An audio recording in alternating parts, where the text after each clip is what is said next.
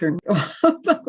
Hello, and I would like to praise God the Father and His Son, Jesus Christ, for joining us today for our Sabbath service testimony. I would like to introduce to you Sister Genevieve Dellava from Florida, the United States of America. She will share to us her witness entitled Country Living and the Remnant. Sister Genevieve, please share your testimony to God's people today. Thank you. Good morning, world. I shall say world because we're all over the place. And thank you for the pandemic that we're able to make this Zoom meeting from all over the place.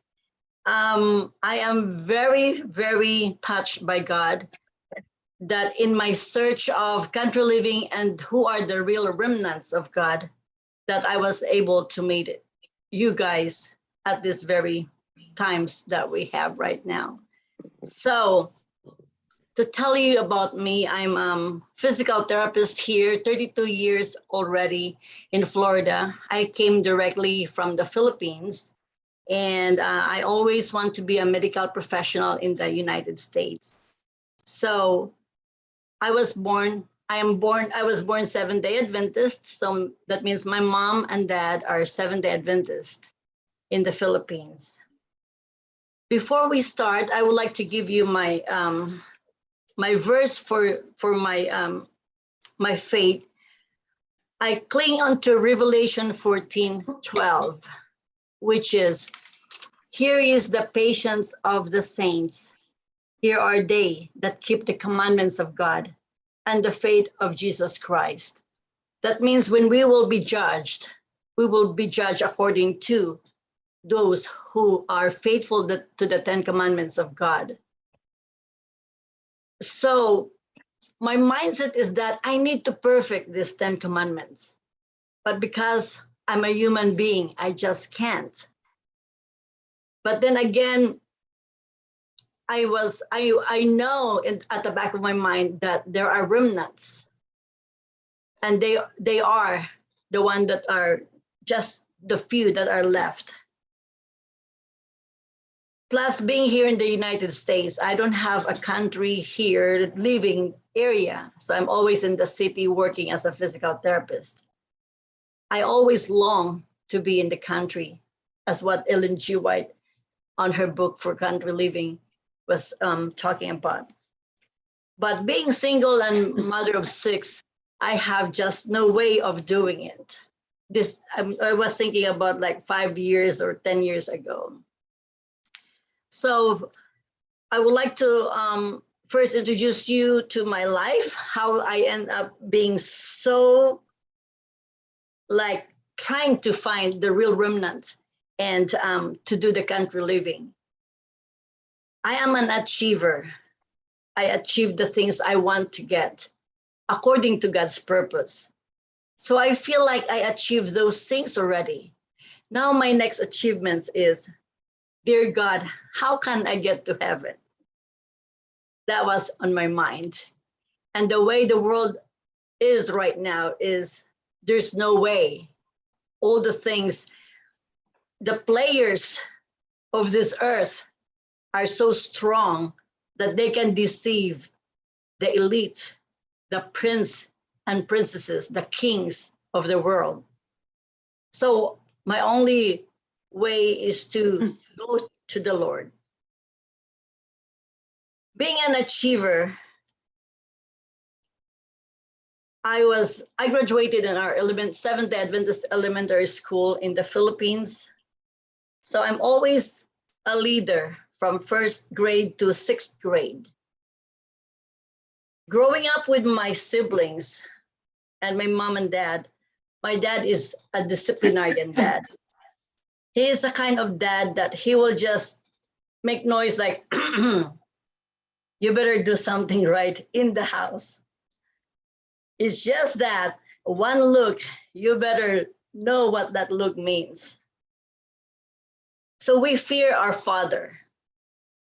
So growing up with my siblings, if we want to need some kind of things from our father or allowance, we have to go through our mom.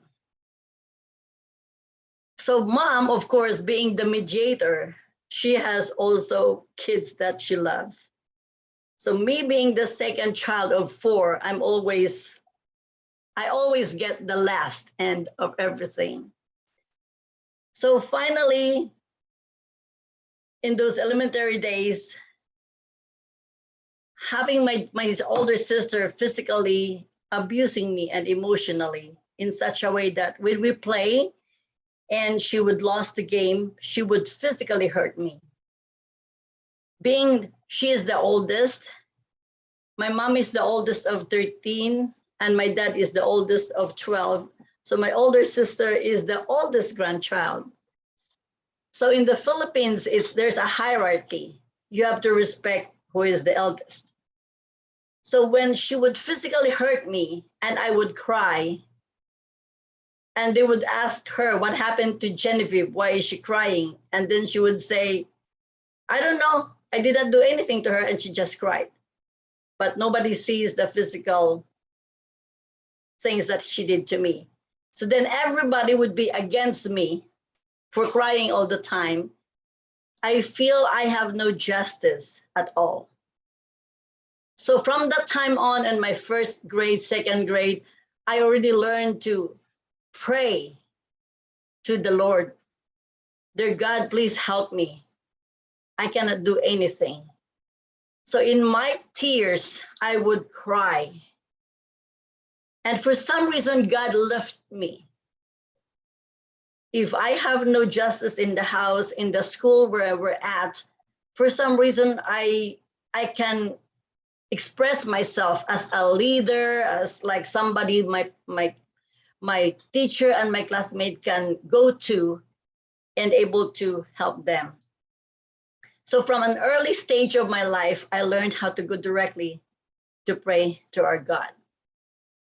So when I graduated in elementary after sixth grade, I'm always, if I'm not the vice president, I'm the class president from the first grade to the sixth grade.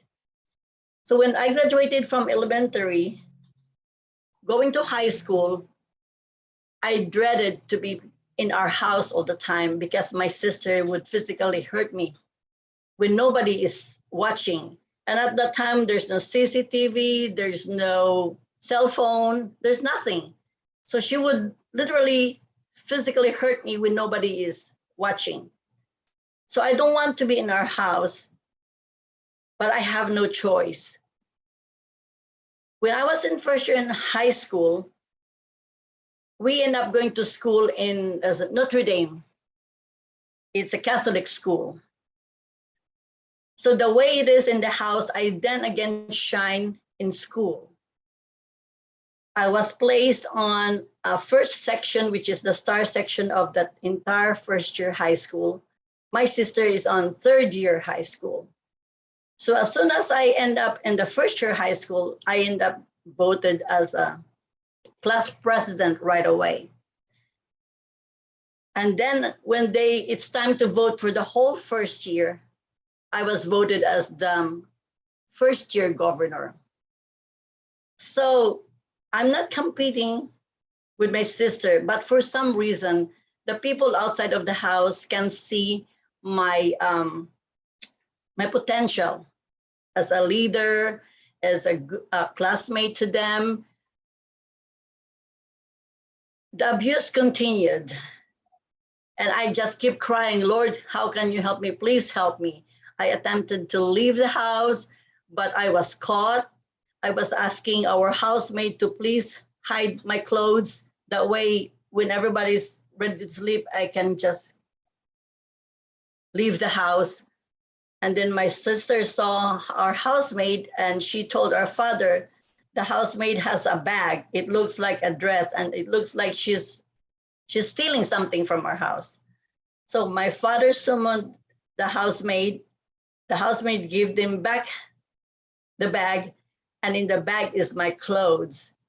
And then the housemaid said, Genevieve wants me to bring this out. And then my father said, what are you thinking? And I said, I would like to leave the house. I don't want to be here anymore. So my father was so indignant about that. And we end up having a spanking See, in the Philippines, we have spanking, and you only get spanked when you do something wrong. But in my case, my sister hurt me, and then my father spanked me. There's no justice. So again, I always kneel and ask God to help me how to deal with the situation. So finally, being a first year governor, I told my father, I said, Father, I am their leader, but the activities is always on Saturday. Can you please move me to our academy? Because in our academy, I can be the leader and I can really function the way I was voted upon. So my father transferred me. He said, we don't have money. And I said, it's okay. I can just stay in the village and not on the, what's that? Not in the dormitory, academy dormitory. Because in the village, you just rent a space. So it's not that expensive. So it's something that we can afford. So my father agreed.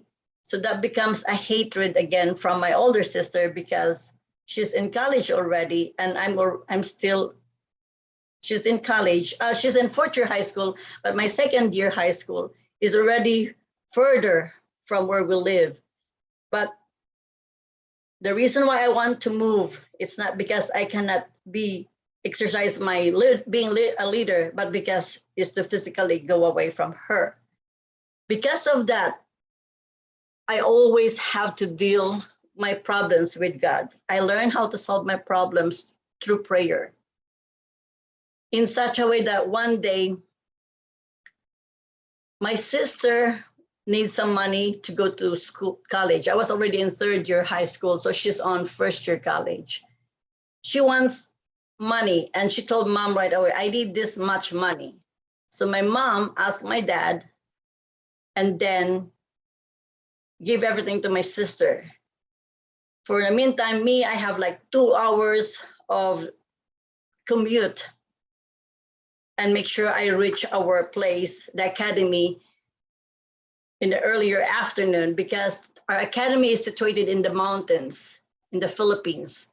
The reason why it's situated in the mountains is that the students cannot be easily tempted with worldly things. So it has to be in the mountains. And then in the mountains, you can only live twice a month.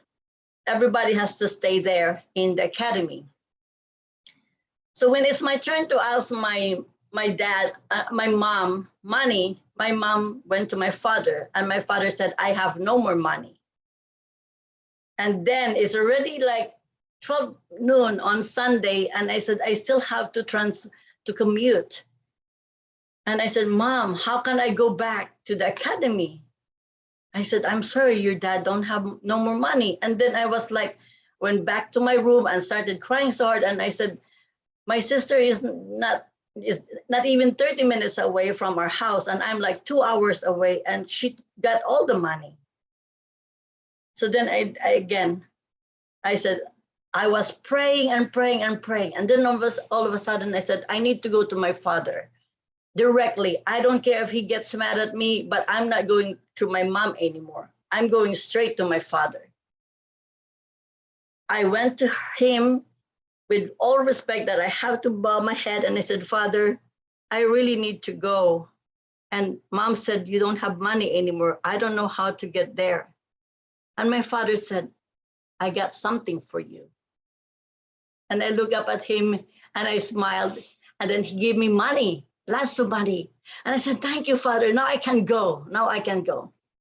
Now going to the academy, being the highest ranking officer on our first year high school in a Catholic school, when I arrived in our academy, I end up being the highest ranking officer again on my second grade, on my second year high school.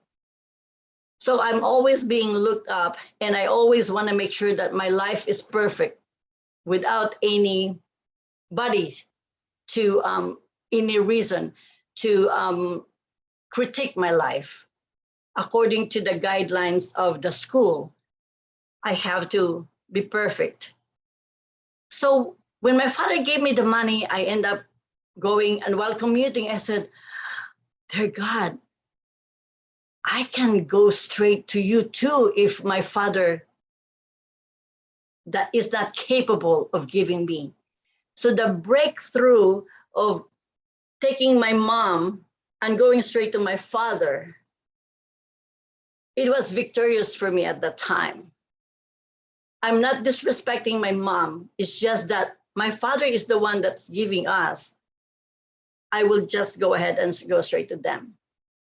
So needless to say, because of the physical abuse at home, I prefer to be in our academy.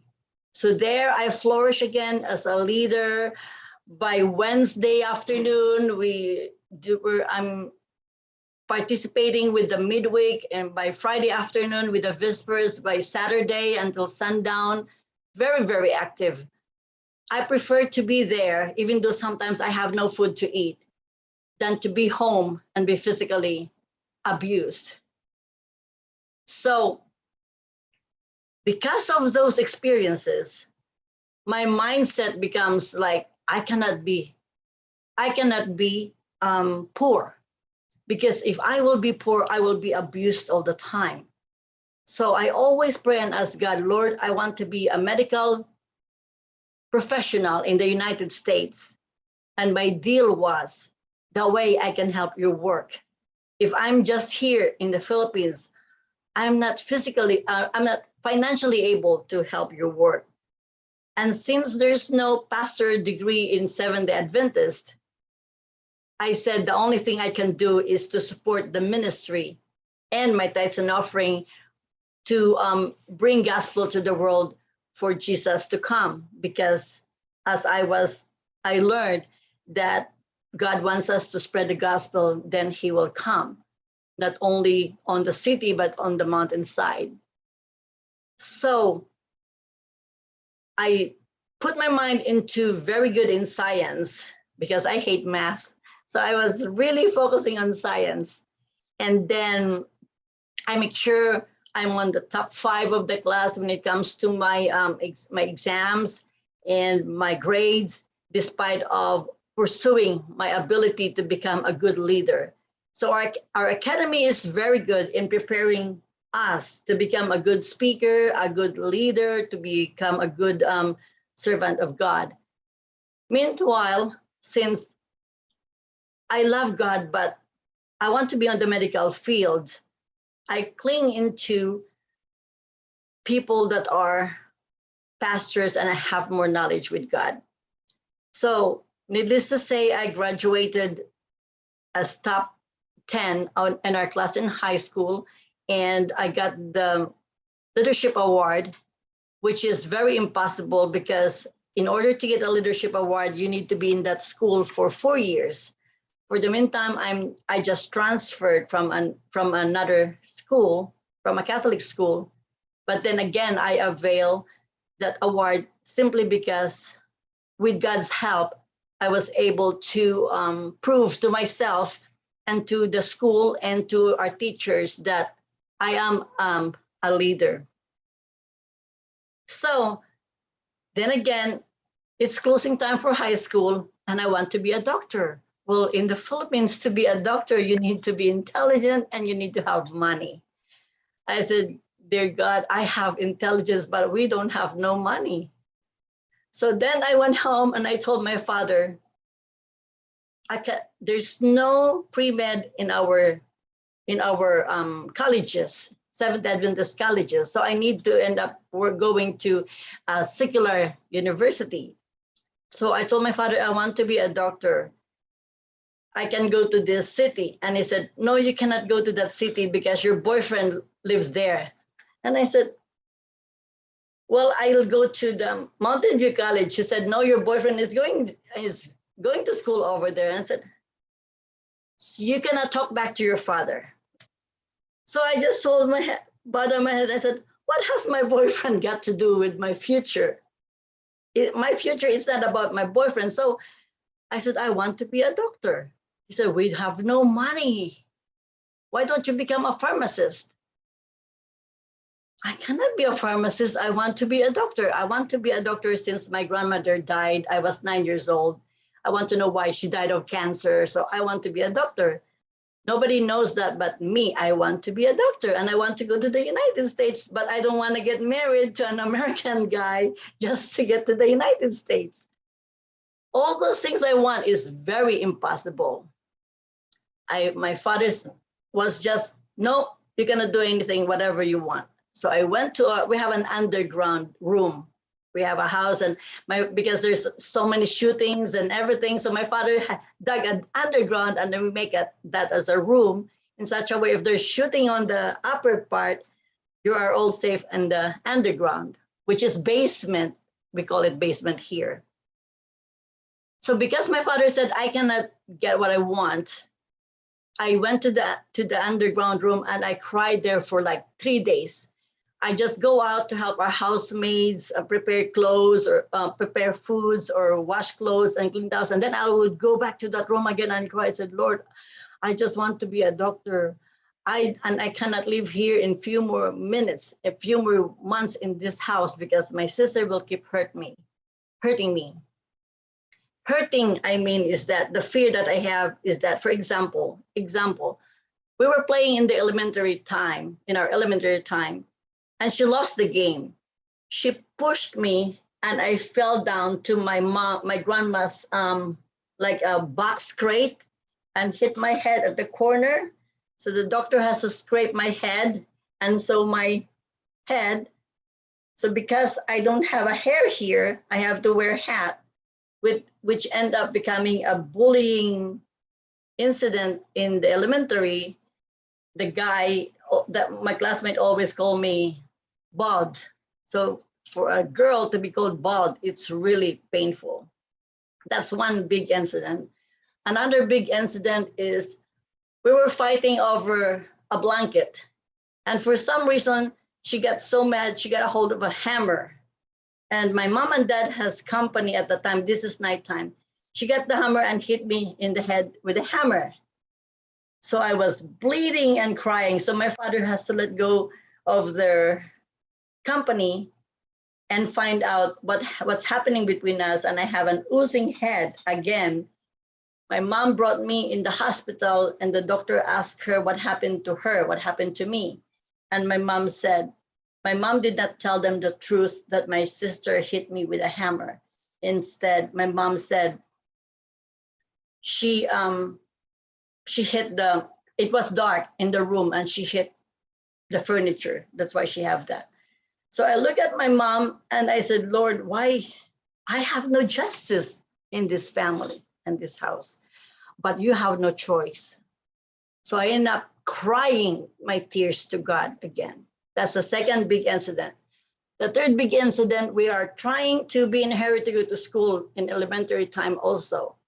She was ironing her clothes, my older sister.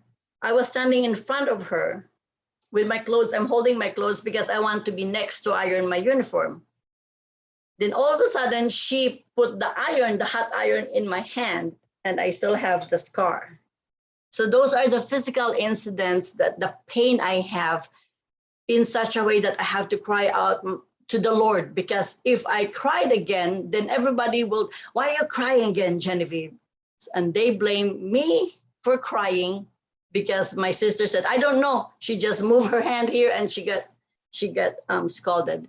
So those are the pain that I have that makes me an insecure person.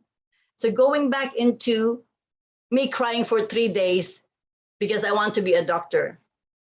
All of a sudden, my father's friend stopped by the shop, and my father's friend said, Paquito, how's your daughter? And then he said, my daughter, she wants to be a doctor. Well, we have no money. And then his friend said, you have no money. How is her grades? Oh, her grade is excellent. She has so many, she's top 10. She got top 10 NCEE. It's a national college entrance exam. And she has a very good grades. And then he said, well, why don't you send him to the middle part of the Philippines? Because if she has that good of a grades, there's a doctor's degree over there. that she will become automatic, what do you call this, Philippine scholar. And then my father light up, said, really? Yeah, bring your daughter to the middle part of the Philippines, or the middle part of the Philippines. That's where my mom and my dad originally from. And after the World War II, they all migrate to the southern part of the Philippines. So my father knocked on the door, and I said, yes, Father. He said, come out here. I said, okay, you have to come out here. Your head has to be bowed like that. You cannot look at him in the eyes, because that's very disrespectful. He said, how would you like to go to school in the Visayas, which is middle part of the Philippines, Iloilo? And I looked at him and said, you want me to become a doctor? He said, yeah, pack up your bag. We'll bring you there, but you have to stay with my cousins. Okay. I just said, okay, because I just want to get out of the house. Because when I'm out of the house, I'm Genevieve. I can do whatever I want to do with God's help. So my mom ended up, he called his dad, and he called his dad and my grandpa. He told my grandpa, you need to bring Genevieve to the Visayas because you live there, you know everybody. And then grandpa said, your daughter is a girl. You need your wife to bring her there. And they have a big fight, verbal fight. My grandpa respect my father being the eldest son, but he respect my father. My grandfather he plays a big role in World War II with the Americans, my grandfather, but he respects my father, and he has to keep quiet when my father gets upset. So my father left the conversation, and my grandpa looked at me and gave me 100 pesos. At that time, that is huge. That's a big money. And grandpa said, wherever you go, get whatever you want, but you need to ask God all the time. And I said, thank you, grandpa. So everything is with God, because I have no justice in the house. They are more on my sister. Only my father believes in me. So I learned to cling and pray. For some reason, that 3 days of praying and crying in the basement, all of a sudden, I can go and become a doctor, get my doctor's degree. So I went over, my mom brought me over there to the Visayas. And another miracle happened is that we're lining up to show our credentials and everything. And then I never knew that the guy who is looking at my credentials is the grandson of my landlady. He saw me, but I never recognized him. And he said, okay, you're in. Okay, you're in. 2 weeks after, our town mate, the daughter of my father's friend, I said, oh my God, Genevieve, you made it here. Did you take the exam for the pre-med? And I said, no, what exam? Yeah, you're supposed to take the exam. And if you pass the exam, then you're in. I said, there's no exam. So her jaw dropped. And she was wondering, how did you end up? I said, I have no idea. The guy said, look at my credentials, my national college exam, and my grades. And he said, you're in. So that's one miracle. When I was in my second year college, I have a letter in the United States saying that USA is no longer giving visa for MD to come to the United States. So I cried, I said, Lord, how can I do this? I want to be a medical professional to go to the United States because of my healing. I think I have some kind of healing properties or healing, hidden healing, what they call this, qualities. But being in the medical field, I can heal people at the same time. Financially, I will be able to help Philippines and God's work. So then again, I was sent to the bigger city. My mom's sister was there, and she needs help because she just had a baby. And I told my father, Father, can I have a vacation in the big city? And he said, okay. So my mom sent me fare from, this is a boat. This is like a 3-day travel by boat because we cannot afford the airplane. So when I got there, I said, Auntie, I need to change course because they cannot give you visa anymore as a doctor to go to the United States. So I would prefer to be X-ray radiology or physical therapy. So then my uncle said, Genevieve, physical therapy is very good in the United States. You know, it will earn you a lot of money. But the letter told me you cannot be a doctor if you want to go to the United States. Number one, either you get married to an American guy, you can be a nurse or a physical therapist. So I don't know what physical therapist means. I right away researched and I said, oh, this is good because our family, we have a history of stroke. So I said, oh, this is good. And then my great aunt said, when you arrive United States, and if you still want to be a doctor, you can continue. But if you don't want to marry an American, just get through this one. So at the time, my husband was my boyfriend. He was my boyfriend since high school. So sometimes I have no allowance. So I would call him. I said, Ferds, my allowance is delayed. Can you please loan me money? Because right now I'm taking this medical degree and I don't have food. So sometimes I just even drink water. I said, I don't care, Lord, if I have no food, I just need to go to the United States. So Fernando would just give me money. But then again, with my mom's money comes, I don't have enough to pay him. So I said, Ferds, I have no money, enough money to pay you. And I said, it's okay, you don't have to pay me. So then again, there's so many circumstances in that part of my life while I was in college that for some reason I miraculously passed everything, even though I only have 2 pairs of shoes, and as long as I have a white uniform. But then I was voted Miss Physical Therapy. So even though I don't have the luxury of this expensive bags, expensive shoes and everything, but I was their Miss Physical Therapy. Maybe they saw my physical attributes to that. And I told my principal, and I said, no, I did not came here to become a medical, a beauty queen. I'm here to become a medical professional. So then again, I was forced by my professors to join or else. I cannot tell you the or else, but I want to finish. I said, Lord, dear God, I have no money to fail one subject in physical therapy. Otherwise, I have to go back for the whole year just for one subject. I said, dear God, we are poor. I cannot afford to what they call this, to fail. So I end up joining. And being Citizens Army training, highly what they call high ranking officer in our academy. Now I'm gonna learn how to walk very sexy, while in the Army training, I have to walk straight as if you have no waistline at all. You just have to walk straight. Now I have to walk sexy and I have to try the heels. I end up falling forward because I don't know how to walk in heels because I only have 2 pair, a pink and a white shoes flat. That's all in college. So now my friends bought me a 2-inch heels and I fell off of it.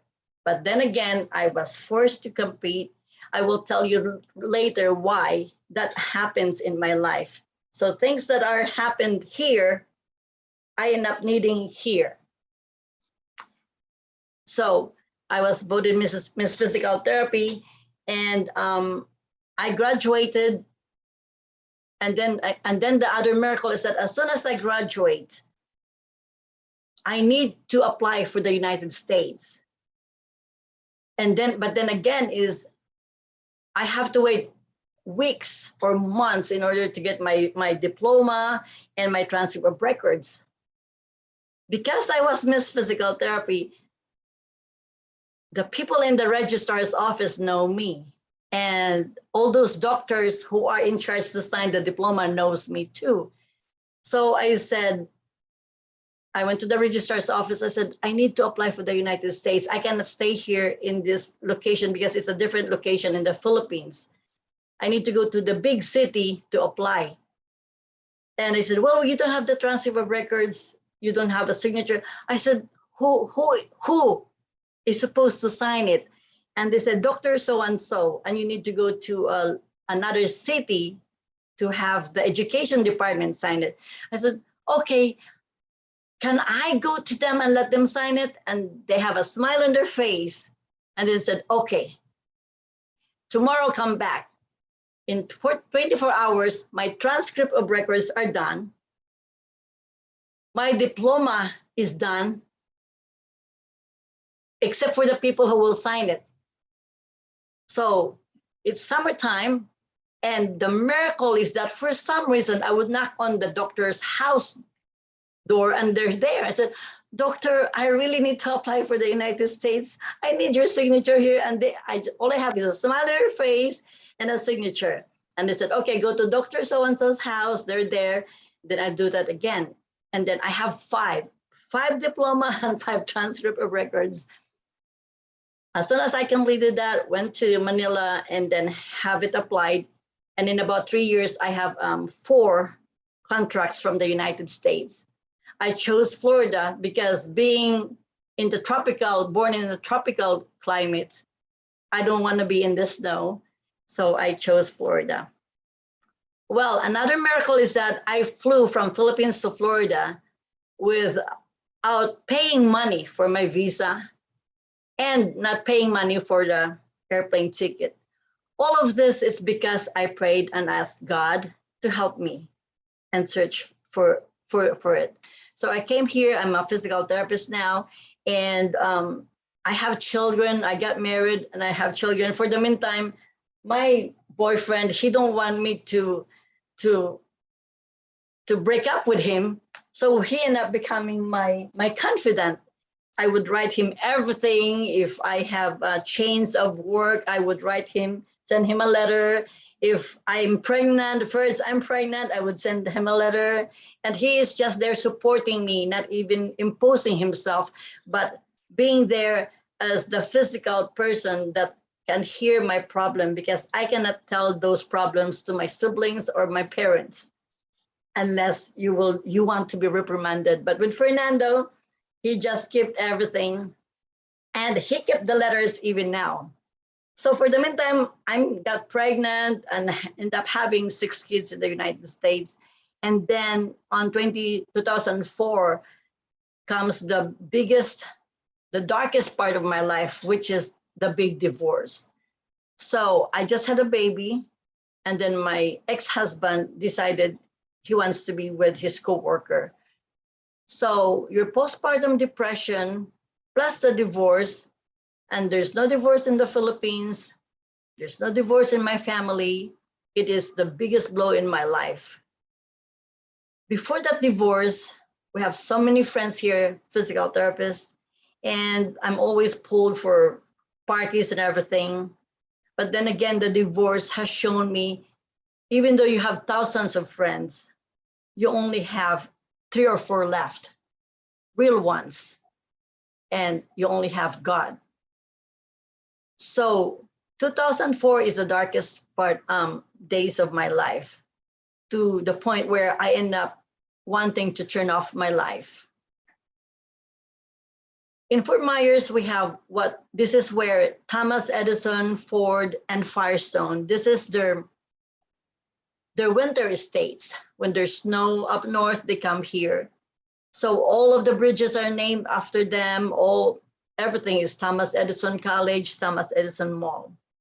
So during this divorce and my postpartum depression and trying to turn off my life, I cannot forget the time I was 38 years old. I was driving myself and wanting to just go on top of the Edison Bridge and just plunge myself in my car when I was seeing patient.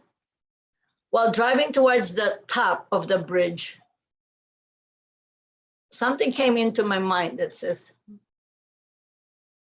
you had been a good student, you're a student leader from elementary and high school, and you love God, and you're giving your tithes and offering, and at the end, you're just gonna give your soul to Satan?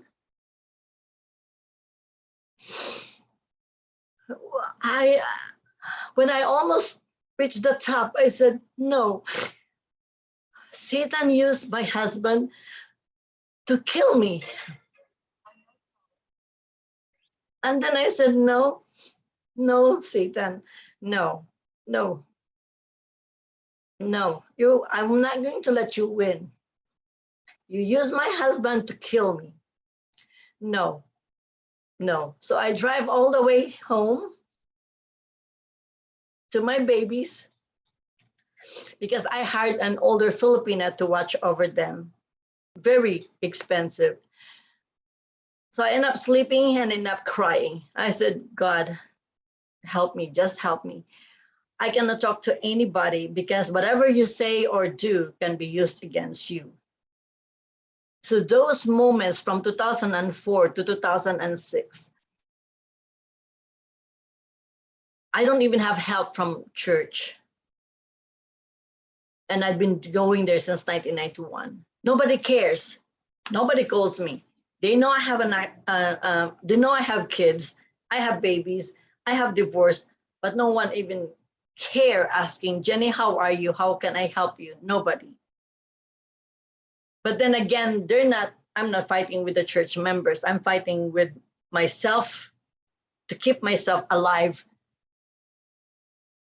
So then again, I just have these books, reading the books. And one of the books of pastor I read, it says, God allows you to experience bad things so that you can lift the next person who is experiencing what you experience.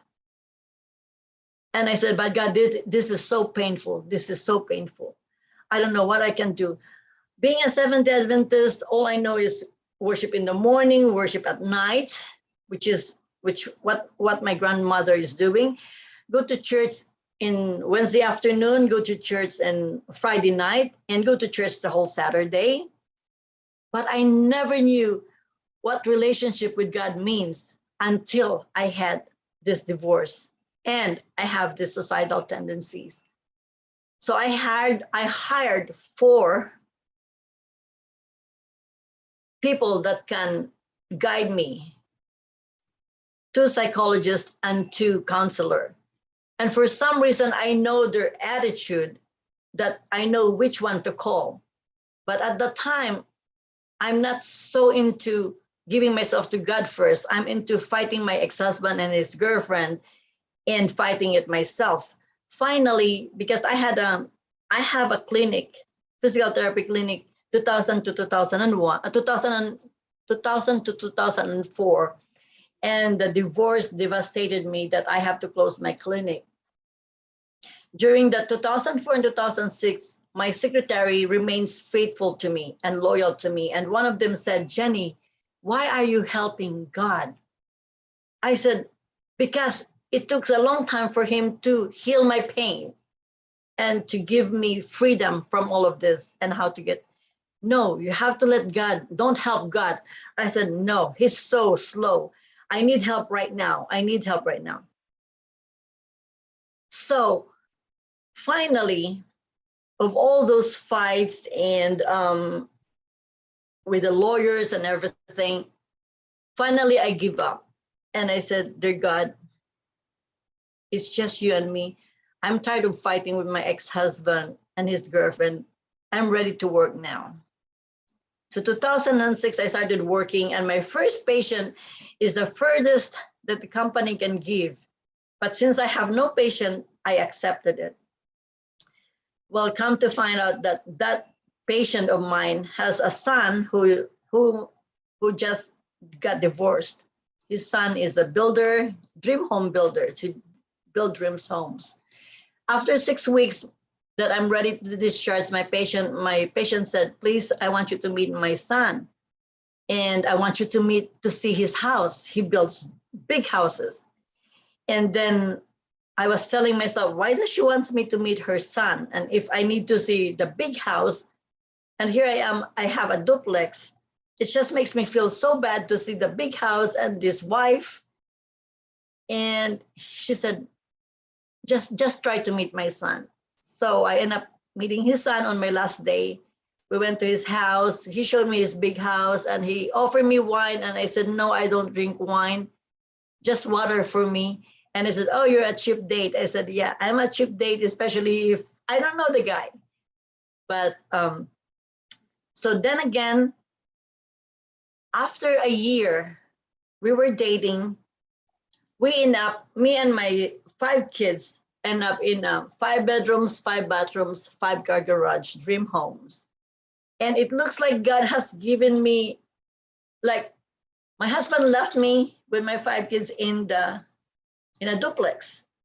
And here, when I let go of my fight and let God, here comes this man who is single, don't have wife, with all these rooms and garage and big swimming pool for me and my children. So that's one miracle. But then again, my postpartum depression and suicidal tendencies, anxiety and depression keeps getting me and getting me. I'm okay when I get a hold of God, but if I don't go to the Lord right away, it consumes me. So finally, I end up going to the gym. And each time I go to the gym, I feel better. Then again, what I did is I hired a personal trainer so that I would stop crying from all the pain, the anguish, knowing that God hates divorce. I said, now I know why God hates divorce. So to stay away from the negativities and all the rumors from the grapevines, I focus on myself and end up getting a personal trainer. So I said, I need to make a goal. That way I will go to the gym every day. So I saw this lady with a beautiful figure, and I told her, I said, how can I have this body? How much do I have to pay you? And he looked at me and said, I need to see you in the gym every day. I said, okay. So when I started, it took me only 3 minutes in the treadmill and I'm out of breath because I'm so out of shape because I don't take care of myself. I focus only on work so that I can provide for my family. So then I started working out. And then I said, after 1 week, I said, why should I wait for 2 weeks? I'm the one who will pay him. So I said, I approached him again. I said, I don't think I have to wait for 2 weeks. It's either you're going to help me or I'll find someone to train me. And he said, okay, I see you here every day. So let's start. So he did not only become my personal trainer, he became also my psychologist, because I would come and cry. And then he would say, even though I'm crying, he said, okay, let's go work out. So we would work out and I'm crying. And then each day I come. Another thing, the reason why I end up in the gym, because I don't drink, I don't smoke, and my body cannot take any medications.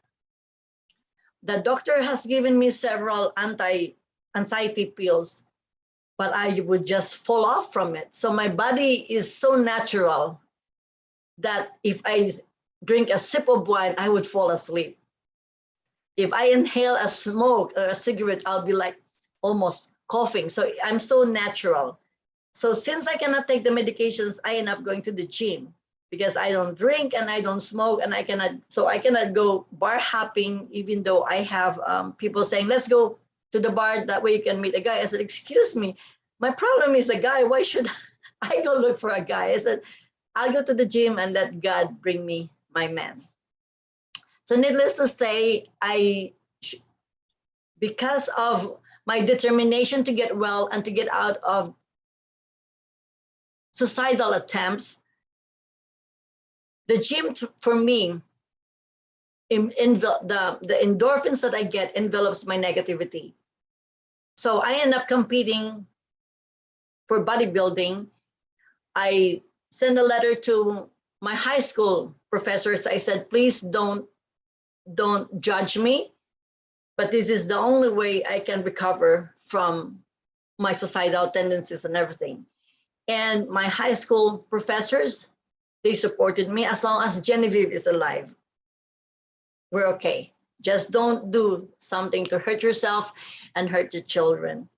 So needless to say, the bodybuilding is just my way of recovering, but it's not something that I have to live through. So then again, I said, dear God, I need to write my book that, or make it a story. That way I can lift other women who has gone through this, that if they're alive, if there's hope, if they live, there is hope to survive. But then the thought came to my mind, who are you for people to look at your story? So I said, Lord, I need to compete in bodybuilding at the Arnold Schwarzenegger so that the world will see me, and then they might end up knowing me and will get my book and will see my movie, because there's so many details that is so miraculous. Well, being in the United States, I'm 44. How can you go to the Arnold Schwarzenegger competition? It is the highest among bodybuilding. So I researched, and then I said, Philippines was never there, but they have good bodybuilding. Because while I was doing my bodybuilding, I said, Lord, if I survive, I will inspire men and women in the Philippines to go to the gym instead of using their money to drink and smoke and punch their wife or hurt their brothers and sisters. I hope I can inspire them to go to the gym instead of drinking, smoking, and being in jail. So then I end up researching, and I said, oh, Philippines is not there. And then it says, oh, the organization needs to, okay, so I called Philippines. I said, do you have somebody to go to join? No, we don't have. I said, okay, can we make a bodybuilding competition and make an organization, and then we'll apply. So I did. I go home to the Philippines October 11 and compete in bodybuilding. We applied to join the bodybuilding, and then to join the Arnold Schwarzenegger, and Philippines was in. And I'm one of the first Filipina who competed on the bodybuilding. I was 44 years old with 6 children.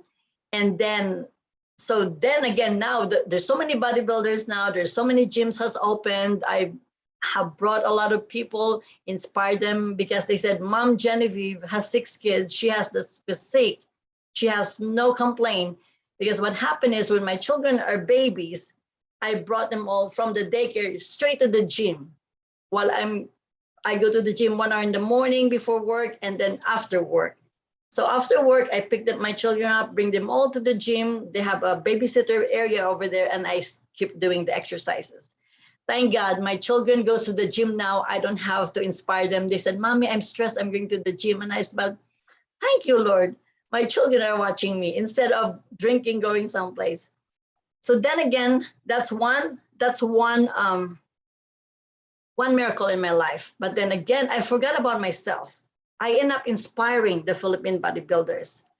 And then my boss told me, Jenny, enough of this bikini. You're not a bikini girl. You're a leader, okay? So then again, I end up crowned as Mrs. Florida. The story about the beauty queen is that when I had a divorce, I brought all my children, my babies. The baby is only 2 months old. I have 5 of them. So one is 2 months. I have 4 of them. One is 2 months old. One is 6. One is 7, and one is 13. I brought them to my college president, physical therapy president, and I said, Timothy, this is what happened. And he said, Jenny, don't forget, you are our Miss Physical Therapy. The best thing to fight with these people is to maintain your beauty and your money, and you're happy. So I said, okay. So I grabbed my children back to my city and started doing the gym. And then he was surprised to see me. So that's where the beauty pageant comes. The beauty pageant in my college, I said no.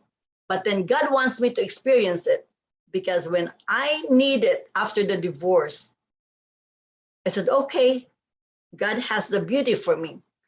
So then again, after the bodybuilding, I was crowned Mrs. Florida, and my platform was, domestic violence and anti-bullying. I hate bullies and I hate domestic violence. So I was able to assist a lot of children and women reaching out in the Philippines, and whoever I can reach out with that one. That's the second miracle in my life. How can you become a beauty queen at 48 years old? Okay, so beauty queen is over. Then I do martial arts, Philippine martial arts, and I started at 50. So I would like to portray myself as someone that a lady or a man got left out or rejected. I want them to see me. If you have God, there is hope. So then I use the bodybuilding, the beauty pageant, and the martial arts. Now I'm done with those three because I achieved martial arts too and fight in international field at 50 years old. And I also achieved something. Now my next achievement is I want to be a remnant. Who are the remnants? I was told the remnant is just, I have this guy in church named Brother Carl. He is so intelligent. It looks like he's married to the Bible. It's time I need something, I told him. He said, Jen, Sister Jen, do you know that there's still a remnant of the remnant? I said, what? I said, all I need is 10 commandments. I cannot even do the 10 commandments. But who are these remnants? Of course, as we go along, it's so hard to know.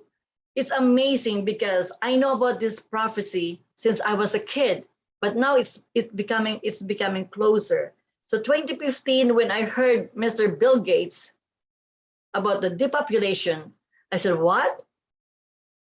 And since that time, sometimes I would wake up to like 3 or 4 in the morning researching. So when this blow up, I am ready. I am ready not to take whatever I need to take, not to take in order to be part of them.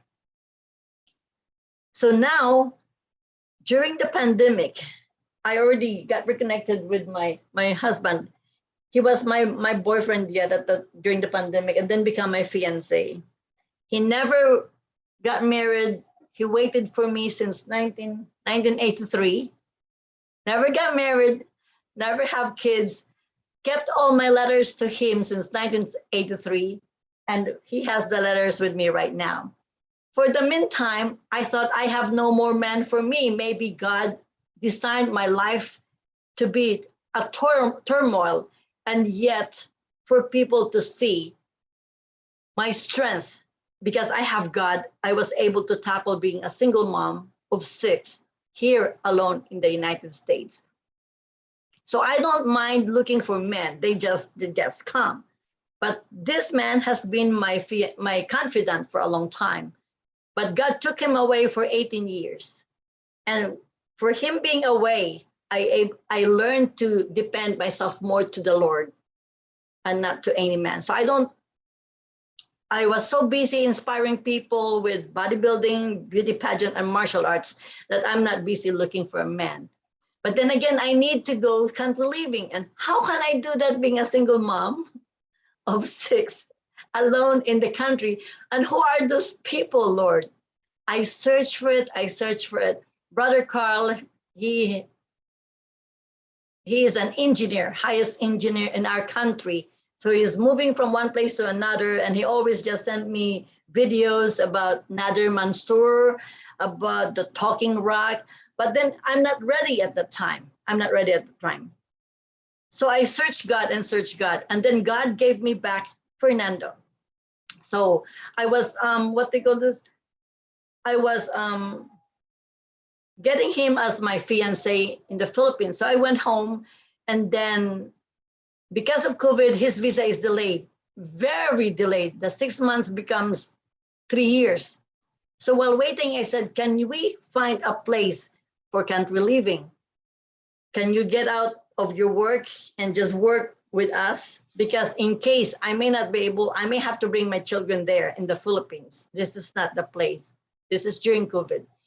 So we were looking for a place for 2 weeks. And I said, no, not there. No, not there. I don't like there. There's a lot of Seventh-day Adventists there, but they don't seem to have what I feel. And I said, okay, so the last place, it looks like he's going to Mount Sinai, like the plain, and then there's tall mountains. And I said, oh, that looks like my Mount Sinai, but it's not bald. It's a lot of trees and everything. I said, you like this? I said, yeah, just go there. So we talked by messenger, via messenger. So when he arrived, he took pictures of the streams, the waterfalls, the Seventh-day Adventist church. I said, what? There's a Seventh-day Adventist church in the mountains? He said, yes. So I said, well, can you do whatever you can to talk to your uncle who has the land and see?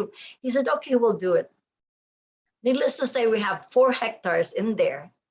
And then he told me, he said, my love, there's a group of Seventh-day Adventists here that are not vaccinated. And because when they were going to church, they were always asked, are you vaccinated? And if you're not vaccinated, it looks like you cannot enter the church, our church in Seventh-day Adventist. So these people end up doing a home church. And I said, okay, but on Saturday here in America, I don't want him to go to church. I want him to just, for me and him to communicate, until finally I said, well, I want to send you money, and if you can buy food for potluck. So he went to church with potluck, first time in the mountains. And the first greetings to him is, how are you, brother? Are you vaccinated? So it's just like, what? They ask you that you have food, and that's the first thing they ask you. They saw you the first time and they ask you. So that's the first time, the first and last time they saw my husband, Fernando. And then while waiting for me, he was telling me about the group of people over there. I said, wow, I would like to meet them. Looks like they have the same things that I have. Because number one, I'm upset with our organization. Being in the medical professional, I need the exemption, medical exemption. And I was so upset why we are not giving the medical exemption. You know, we Seventh-day Adventists, we don't even want to drink. They tell us not to drink a coffee because it's a sin. You cannot do so many things. And now we have no choice. Lucky for me, I'm in Florida. Our governor don't want that done. Or, you know, if any businesses wanted that done for you, they will be fined. And you are not forced to have it done. So I'm lucky to be here in Florida. So then I went home to the Philippines and meet the remnant. Well, I was there and I heard all this testimony, and they're talking about Trinity. And I was just listening to, and I said, it is so hard for me to follow the 10 commandments. Now I have to worry about Trinity. I really don't care so much about it, because I said, I just need the 10 commandments, because these are like, here are they that keep the commandments of God and the faith of Jesus Christ. That's all I want. So I ignore what they're talking about Trinity. And then they were telling me they are being bullied because they are called offshoots and a lot of words, which is bad in the Philippines. So needless to say, I left and came back here. This is last year, end of June. And then I was told, oh, 3 families are being disfellowshipped. So there's a conversation in the internet, in the Facebook, and I end up butting in the conversation because, again, being crowned Mrs. Philippines with anti-bullying and domestic violence, I don't want my group to be bullied. And then they said, Doc Jen, just, it's okay, we don't have to fight back. I said, I know, but at some point, somebody has to stand up. It has to stop, it has to end. So we're having a lot of conversation, and the conversation, I said, for what grounds are you disfellowshipping these members? They said, because of the Trinity. I said, what? The Catholic Trinity? And then I said, because I cannot sleep. And then I said, Lord, why are they disfellowship? I don't hear about this fellowship. I've been a Seventh-day Adventist for 52 years now, and I haven't heard about this fellowship. So then I prayed, and that Friday, I said, tomorrow, dear God, help me to fast for 24 hours. So I stayed here in the house, fasted, and get all the information. And all of a sudden, God just gave me information. information the whole day. And at the end of the day, I have goosebumps. And I said, what? The Trinity is against the first commandment? And here I am wanting to just have the 10 commandments. Thou shalt have no other gods before me. If you offend in one point, you are guilty of all 10. So I'm trying to do my best to perfect them. And then this Trinity is against the first commandment. I said, Lord have mercy. And then I find out that it's only added 1980 when I was baptized. So then, being known in our elementary, high school, and even now in our academy, it's just like, wow, do I really have to go push back those people I know? Because they call me now wrong. So then again, I went back to our group in the Philippines. I said,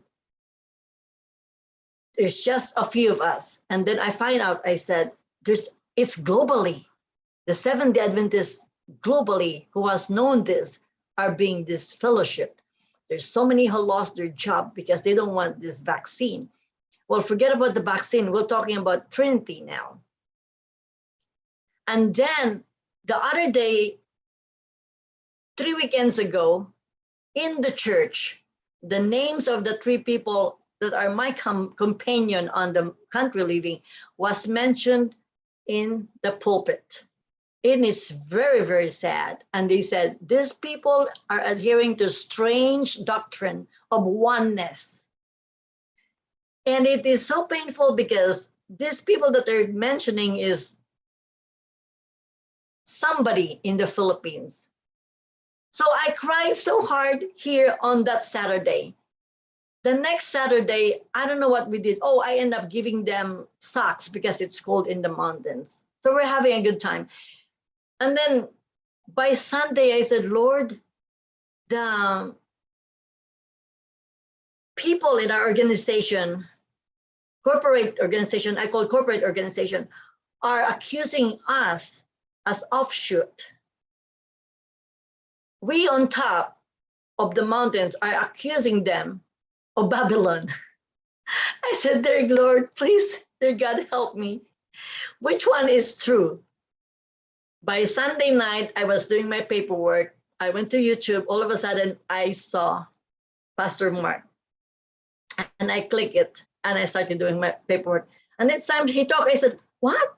What? What? And then I called my husband and said, this guy is talking exactly what we're talking in the mountains. And he was like, this fellowship and everything. And since then, that is my realization of God telling me who are the real remnants. Again, my confusion is the remnants in the mountains that I'm with are called offshoots and germs and whatever. Bad people, strange people. And then we in the mountains are telling them, hey, you are in Babylon now, get out of Babylon. So I said, I need one witness. Which one is saying the truth? Even though I know I'm right with the remnants. And then Pastor Mark really get into my heart and really in details why. It's not just like, oh, Trinity is, because I got this, I printed this out. This one is from the Catholic Handbook, the Trinity. And this one is from our Seventh-day Adventist Trinity. They're the same. They are the same. So because of that, I said, I need to call this man. I need to call this pastor. So Monday morning, I called him. He did not answer. I called him. He did not answer. I said, I could care less. I will call you again. He did not answer. And then I called him again, and he did not answer. So finally, he called back, and I missed his call. And then I called him back. I said, I heard your speech, and I need, you're the one I have here in the United States. I have nobody here to talk to instead of my husband, Brother Carl, me, and my scientist classmate in high school, who is a scientist that is vital in keeping me alive during the COVID for his knowledge with extra virgin coconut oil. You will meet him because I'm gonna introduce him to the group. So Brother Carl, my search for remnant, Brother Mark, Pastor Mark. In fact, I don't want to call him brother. It's because he wasn't able to work with the organization, corporate organization anymore. Doesn't mean I have to demean his schooling. No, I will call him Pastor Mark because now we have a pastor.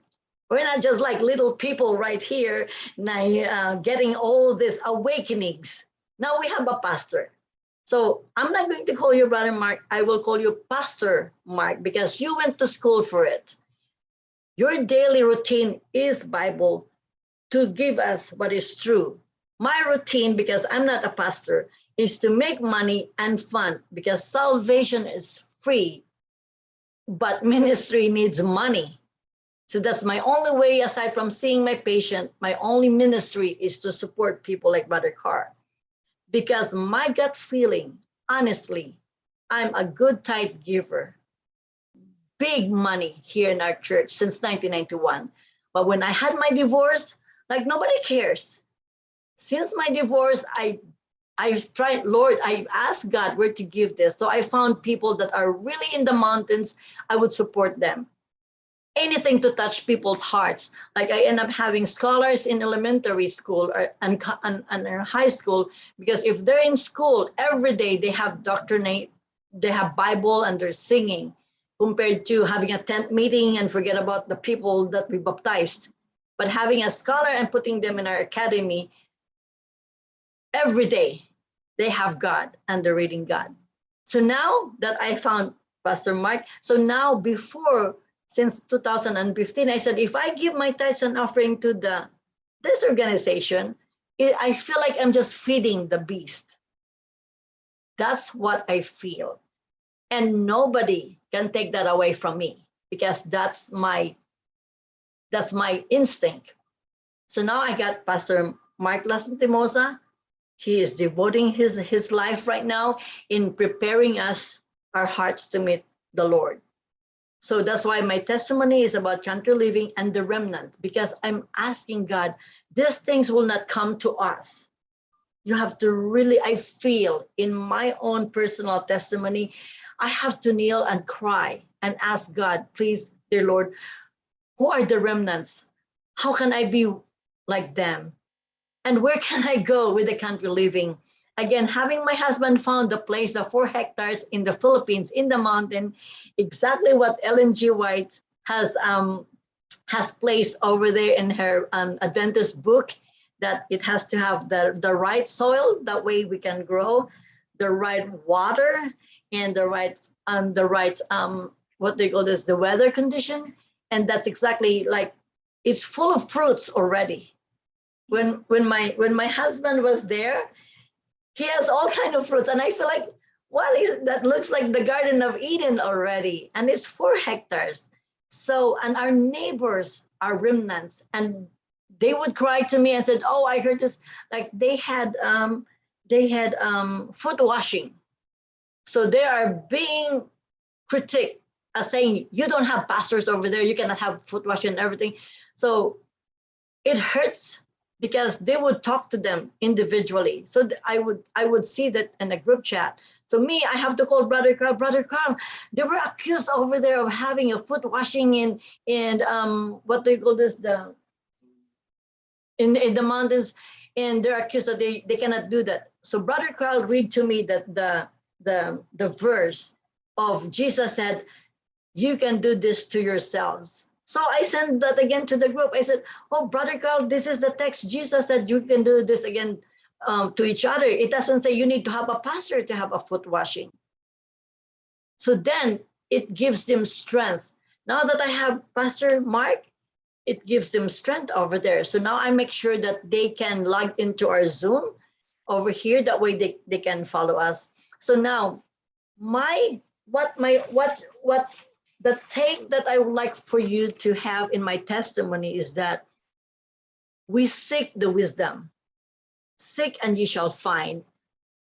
Ask and it shall be given unto you. I seek for this. I seek for you. I seek for Pastor Mark. If I do not kneel down and ask for this, this will not be. I cannot see it. You know why? I have so many friends. We're Seventh-day Adventists. They don't see what I see, and they call me crazy, and they call me offshoot. But for me, I stood up because I seek for this. They cannot save me.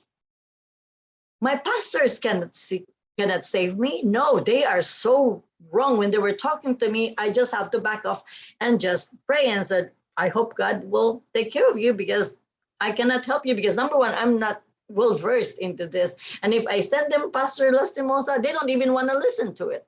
So there's something closing them.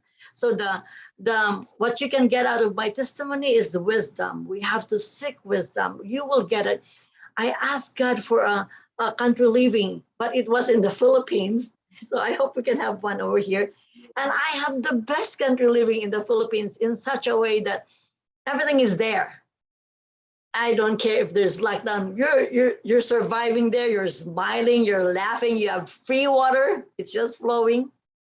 We have other things in order to just go to sleep when the sun goes down and just wake up when the rooster starts waking up in the morning. And because this world is not our home, we are just passing through. So I am a very simple person. I don't have a Mercedes-Benz. I don't have this Louis Vuitton, because my funds has to go to me, my children, and to, like Pastor Lastimoso, and to my fellow country living people, whatever they need. I gave them machete to clear so that they can plant. I give them tools, a lot of tools, different kinds of tools every Saturday. So now what happened is the group in the country living is so small, and yet they become an envy, because now everybody wants to go there in order to get the gifts I have. And I said, no, they can only get gifts if they are there. So then I have a talk to the president of the mission, and I said, listen, the group over there is very small. They went up there without even tools to till their land. And why are you still on to them? But I don't, and he said, I don't want you to get mad, because I will be disfellowshipping people. I said, guess what? Go ahead, make your day. But I want you to know there will be a collateral damage. I never knew about Trinity until I was told you disfellowship three families. So the more you disfellowship people, the more people knew you're on the wrong. So go ahead, just like the Waldensians. When they started killing people that are reading the Bible, that's where more people are reading the Bible. If they were not killed because they read the Bible, who cares? Nobody will read the Bible. But why are they killed? Because they read the Bible. What's in this Bible? The same questions I have. Why are they disfellowship? Because of Trinity? Now I find out the Trinity was just added. I said, okay. So now I have this group of you guys. Now I find out that we become the remnants of the remnants. And when Pastor Mark was saying about who the offshoots are, it comes to me because during that conversation with all those Trinitarian people, I said, why do you stop disfellowshipping? Worry about when God disfellowship you. And then comes Pastor Mark, it says, the offshoot are the ones that come out. But the problem is, the one who come out is bigger now. It looks like the trunk of the tree is like this, and the tree is big here, the organization. So these little ones are now called the offshoots, while we call this big one as Babylon. So thank you, Pastor Lastimoso, and thank you so much for all of you that with you now, I feel at home. I don't feel lost. I don't feel like I only have 4 of us here in the United States and our group is in the Philippines. But for the meantime, God is still using me to be able to fund the ministry. And I hope that I can inspire more people, and I will stand by what I learned. I will stand by what I know. What I want is the 10 Commandments as our basis for our judgment. And I make sure that those doctrines will not go against the 10 Commandments that God has given to us. Again, I am blessed to have you. My husband and I are blessed to have you. So this will be our regular thing now on Saturday and on the midweek prayer.